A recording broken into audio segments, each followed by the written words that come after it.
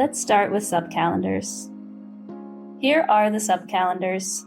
Each subcalendar represents a resource or anything that has its own category of ongoing events.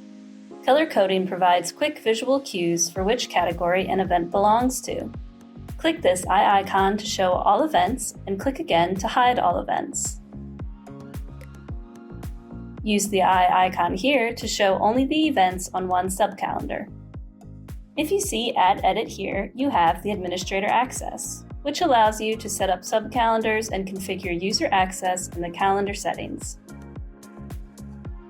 Calendar Views is where you choose to see the calendar in the zoom level or layout that is best for your needs, from a grid view showing events in minute resolution, to a whole year at a glance, or from a list of events to unique views like the table view, timeline view, or even display images directly in Tiles view.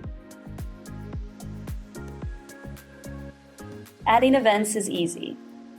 The event editor can be set up with custom fields for inputting information in a structured way beyond when and where. When an event involves multiple resources, assign it to all the relevant subcalendars, like when two people are going to the same conference. Events or activities in real life often have more contextual info than when and where, like someone is away on holidays or a business trip. A custom field makes it easy to visualize this info as a group, and everyone can filter to see who is on a business trip. If you are logged in, your name is displayed. Otherwise, you may be using a shared calendar link.